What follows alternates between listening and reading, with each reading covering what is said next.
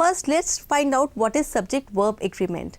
When a verb agrees with its subject and a person, then it is called subject-verb agreement. Let's discuss some important role of subject-verb agreement. If the subject is singular, it will accept singular form of verb, whereas if subject is plural, it will accept the plural verb. Let's have a look at the example, and this explanation will be much more clear to you. The policemen were chasing the thieves.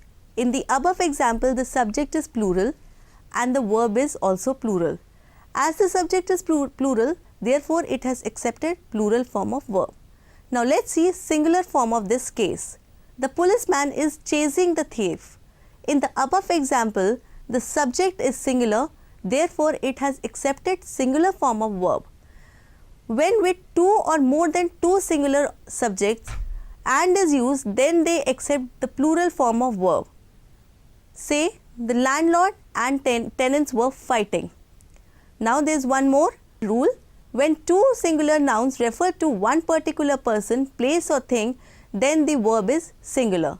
For example, the Home Minister and the Prime Minister are having an urgent meeting in the Parliament. Now you can see the Home Minister and the Prime Minister are singular nouns. They are having a meeting in the Parliament. For both the nouns, one particular place is being preferred, that is Parliament. In such a situation, verb used will be singular. When two subjects together express one idea, the verb is singular. Brain and eyes will believe what they saw.